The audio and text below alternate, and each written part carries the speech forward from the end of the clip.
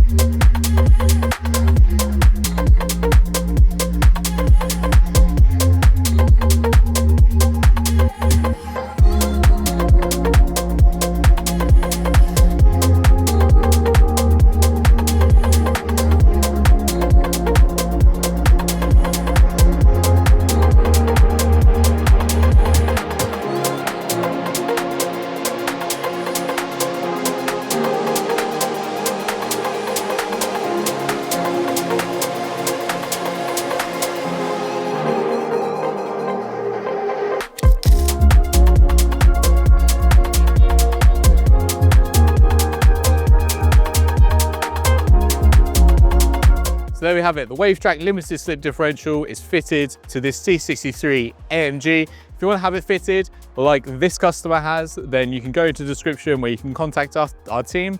Or if you want to have it fitted elsewhere, then we can supply it to you at shop.regalautosport.com. See you in the next video.